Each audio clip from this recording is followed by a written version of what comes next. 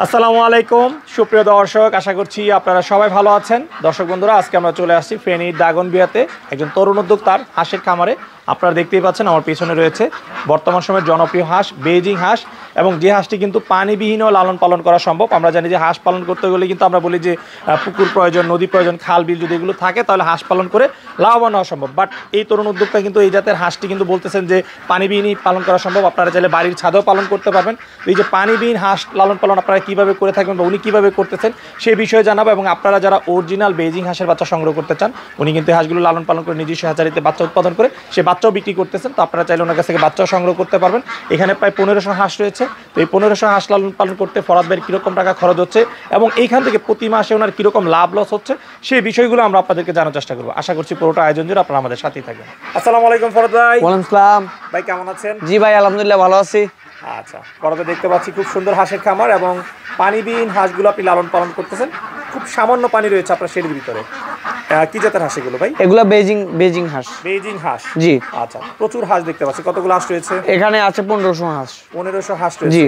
আচ্ছা, এই হাঁসগুলো আপনি কি জন্য লালন পালন করতেছেন? এটা মাংস, আমি মূলত ডিম উৎপাদন করতেছি। মানুষ আসলে মাংস উৎপাদন করে, মাংসের জন্য পালন করতেছেন, জি। আপনি ডিমের জন্য করতেছেন? জি ভাইয়া। আচ্ছা, এই হাঁসগুলোর বয়স কতদিন ভাই? এগুলো 8 মাস। 8 মাস বয়স, জি।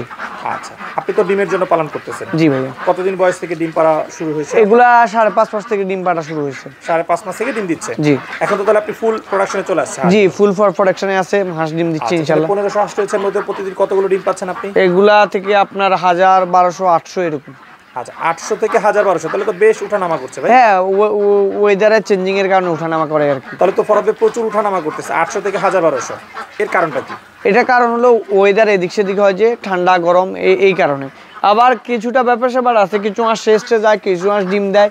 এই জন্য এক সময় দেখা গেল সবগুলো হাঁস ডিম দিচ্ছে, আবার কিছু সময় কিছু হাঁস টেস্টে যাচ্ছে, এই জন্য হতে পারে। আচ্ছা আচ্ছা, আপনার এই হাঁসগুলো একটানা কতদিন ডিম দিয়ে থাকে? এগুলো আমরা সারা বছরই ডিম পাচ্ছি। সারা বছরই? জি। আচ্ছা আচ্ছা, আপনি যে ডিমগুলো পাচ্ছেন সেগুলো কি করতেছেন? সেগুলো আমরা ইনকিউবেটারে দিচ্ছি। ইনকিউবেটারে আপনারা দেখতে পাচ্ছেন, ইনকিউবেটার থেকে আমরা বাচ্চা উৎপাদন করতেছি আর কি। আচ্ছা আচ্ছা, ঠিক আছে।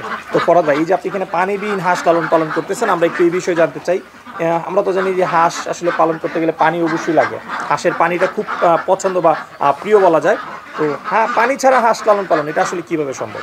এটা আসলে আমরা ভাই বৈজ্ঞানিক যে থিওরিগুলো আছে, আমরা বৈজ্ঞানিক থিওরিগুলো অ্যাপ্লাই করেছি, এবং সেটার ডিজাইন বলে সকল কিছু বলেন, আমরা বৈজ্ঞানিক যেভাবে বলা হচ্ছে আমরা ওইভাবে ডিজাইন করছি, এভাবে হাঁস লালন পালন করতেছি। কারণ হাঁস পালতে হলে যে পানি লাগবে সেটা সম্পূর্ণ ভুল ধারণা, সেটা আমি প্রমাণ করে দেখা দিলাম। সব হাঁসই কি পালন করা সম্ভব না শুধু বেইজিং হাঁস পালন করা সম্ভব? শুধু বেইজিংটা পানি ছাড়া ভালো লালন পালন করা যায় আর কি। আচ্ছা, তাহলে তো এটা বাড়ির ছাদেও পালন করা সম্ভব? অবশ্যই 100% বাড়ির ছাদেও লালন পালন করতে পারবে, কোনো সমস্যা নেই। হ্যাঁ, সেই ক্ষেত্রে এই হাঁসের রোগবালাইটা কিরকম হয়ে থাকে? বায়োসিকিউরিটি মেনটেন করলে হাঁসের কোনো রোগবালা হয় না। বায়োসিকিউরিটি মেনটেন করলে, ঠিকমতো ভ্যাকসিন করলে ইনশাআল্লাহ হাঁসের রোগ হওয়ার কোনো সম্ভাবনা নাই। নাই? জি না। আচ্ছা, তাহলে পানি ছাড়া পালন করতে আপনার কোনো অসুবিধা হচ্ছে না? এখন পর্যন্ত ইনশাআল্লাহ কোনো অসুবিধা ফেস করতে হয় নাই আজকে 7 বছরে। অন্যান্য হাঁসকে যেই রকম ভ্যাকসিন করতে, এগুলো কি সেই একই ভ্যাকসিন করতে না কোনো আলাদা? না, এটা যেহেতু দামি হাঁস, বার্ড ফ্লুটা করলে ভালো আর কি। আচ্ছা আচ্ছা, এখন পর্যন্ত কতগুলো ভ্যাকসিন করতে হয়েছে হাঁসগুলোকে? এগুলাকে আমরা ডাক প্লেগ করেছি, বার্ড ফ্লু করেছি, ডাক কলেরা করেছি, 3টা করেছেন? জি। ব্রুডিং করেছিলেন কতদিন হাঁসগুলো? ব্রুডিং করেছি আমি 1600 থেকে আমি 1500 রাখছি আর কি। ব্রুডিং করেছি 8 দিন। 8 দিন? জি। আচ্ছা, প্রথমে বাচ্চা অবস্থায় খাবারটা কি দিয়েছিলেন আপনারা? এই সময় দিচ্ছি হলো সোনালি স্টার্টার। সোনালি স্টার্টার? হ্যাঁ। আচ্ছা, কতদিন দিয়েছেন? এটা দিয়েছি 9 দিন। 9 দিন? 9 দিন পরে দিয়েছি হলো আপনার লেয়ার স্টার্টার, এরপর যে লেয়ার গোয়ার, এরপর লেয়ার 1। এখন বর্তমানে ডিমে আছে, এখন লেয়ার 1টা দিচ্ছেন? জি জি, বর্তমানে লেয়ার এখন এটাই চলবে? হ্যাঁ, কন্টিনিউ। এরা মানে মাংসের জন্য রিজেক্ট হওয়া পর্যন্ত এটা এই খাদ্যটাই চলবে। আচ্ছা, পরে দিকটা যদি আপনার কাছ থেকে জানতে চাই, এটার কি কোনো হিসাব করেছেন কিনা আপনি, যে এই যে ডিম পর্যন্ত নিয়ে আসতে আপনার একটা হাঁসের পিছনে কত টাকা খরচ? অবশ্যই হিসাব আছে, যেহেতু এটা ব্যবসায়িক জিনিস। 1500 থেকে 1600 টাকা পার পিসে খরচ আছে। 1500 থেকে 1600? জি ভাই। তাহলে তো এখানে আপনার অনেক টাকা ইনভেস্ট করা আছে? জি ভাই, অনেক টাকা ইনভেস্ট করা আছে, ইনশাআল্লাহ অনেক টাকা কামাচ্ছি। আচ্ছা আচ্ছা, অনেক টাকা কামাচ্ছেন? আচ্ছা, তাহলে আপনি তো বাচ্চা উৎপাদন করতেছেন? জি ভাই। আচ্ছা, এখন আপনার প্রতি মাসে কি পরিমাণ বাচ্চা উৎপাদন হচ্ছে হ্যাচারিতে? 10 থেকে 12 হাজার। 10 থেকে 12 হাজার? আচ্ছা, সেই বাচ্চাগুলো আপনি কি জিরো বাচ্চা বিক্রি করতেছেন না বিভিন্ন বয়সের বাচ্চা? না, আসলে জিরো বাচ্চা বিক্রি করতেছি, ব্রুডিং করা বাচ্চা বিক্রি করতেছি। আসলে কাস্টমার যেটা ডিমান্ড করে আমরা ওই পরিমাণে বাচ্চা আমরা দিয়ে থাকতেছি আর কি। আচ্ছা ভাই, হাঁসের বাচ্চার ক্ষেত্রে কিন্তু একটা বিষয় শুনে থাকি অনেক সময় যে বেইজিং এর ক্ষেত্রে যে ইন্ডিয়ার রানার হাঁসের বাচ্চা দিয়ে যাওয়া হয়, অনেকে প্রতারিত হয়ে থাকে। অরিজিনাল বেইজিং হাঁসের বাচ্চা চেনার কোনো উপায় রয়েছে কিনা? ভাই আপনি আমার হাঁস দেখলে বলতে পারবেন এটা থেকে কি অরিজিনাল বাচ্চা বাইর হবে না ডুপ্লিকেট বাচ্চা বাইর হবে, কারণ এগুলো এক একটা গড় ওজন আছে 4 কেজি, 4 কেজি, 3.5 কেজি। হ্যাঁ, তাহলে এই প্রশ্নটার উত্তর আমি আপনার মাধ্যমে দিয়ে দিলাম। আর বাকিটা বিষয় আছে, কেউ হয়তো পিকনিক স্টার করেও বিক্রি করতেছে, এই আর কি। আচ্ছা, যে পিকিং স্টার হাঁস বলে বিক্রি করতেছে, এটা আবার কেমন হয়ে গেল যে পিকিং, এই হাঁসটাকে পিকিং বলে বিক্রি করতেছে? আমার কাছে এরকম কিছু মনে হচ্ছে। আচ্ছা, এটার বাইরে কিছু আছে বলে আমি মনে করি না, হয়তো থাকতেও পারে। কিন্তু আমি যারা পিকনিক স্টার বলে যারা ব্যবসায়ী আছে ওনাদের থেকে বাচ্চা আনছি, আইনে দেখছি আসলে আমি এত আহামরি তফাৎ কিছু পাই নাই, সেমই পাইছি। হ্যাঁ, এই জন্য আমি আসলে মানে সেমই বলবো, যেটা আমি পাইছি ওরকম। হাঁসের বাচ্চাগুলো কত দামে বিক্রি করতেছেন? এটা 100 থেকে 110। 100 থেকে 110 জি জি, একদিন বয়সের বাচ্চা। একদিন বয়সের বাচ্চা। জি। আর কোন কোন বয়সের বাচ্চা বিক্রি করতেছেন? এটা হলো 7 দিনের আছে, 7 দিনের 120 টাকা, 130 টাকা এরকম। আচ্ছা, এই যে প্রতি মাসে 10-12 হাজার বাচ্চা উৎপাদন হচ্ছে, সব সেল হচ্ছে তো ভাই? জি আলহামদুলিল্লাহ, ইনশাআল্লাহ সেল হচ্ছে ভাই। আচ্ছা, তাহলে যে আপনি বললেন যে যেরকম খরচ হচ্ছে সেরকম আপনার এখান থেকে ভালো প্রফিটও হচ্ছে, আয় ব্যয় দুটোটা হচ্ছে। লাভের অঙ্কটা জানতে চাই যে খরচ বাদ দিয়ে কেমন টাকা থাকতেছে ভাই? ভাই কোনো মাসে 2 লক্ষ টাকা থাকে, আবার কোনো মাসে 1 লক্ষ টাকা ভর্তুকিও দেওয়া লাগে।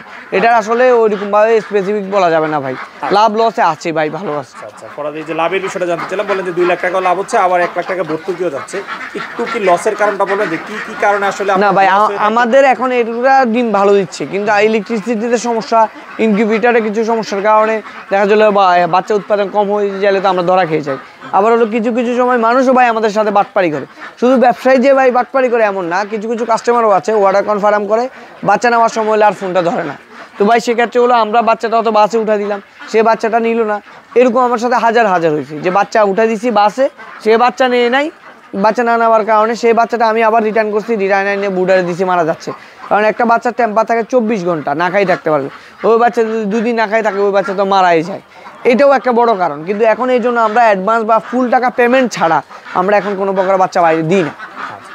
আপনি তো বাচ্চা উৎপাদন করে বাচ্চা বিক্রি করতেছেন, সেক্ষেত্রে লাভ লসের কিছু কারণ আপনি আপনার মতো ব্যবসায়িক বলেন, যারা ধরেন ডিম উৎপাদনের জন্য হাঁস পালন করবে, যেরকম বাচ্চা বিক্রি করবে না, তো তারা আসলে কোন দিকগুলো আসলে তারা লস না খায় হাঁস পালন করে? এই বেজিং হাঁসটা মাংসের ডিম উৎপাদন করলে 100% লস খাবে।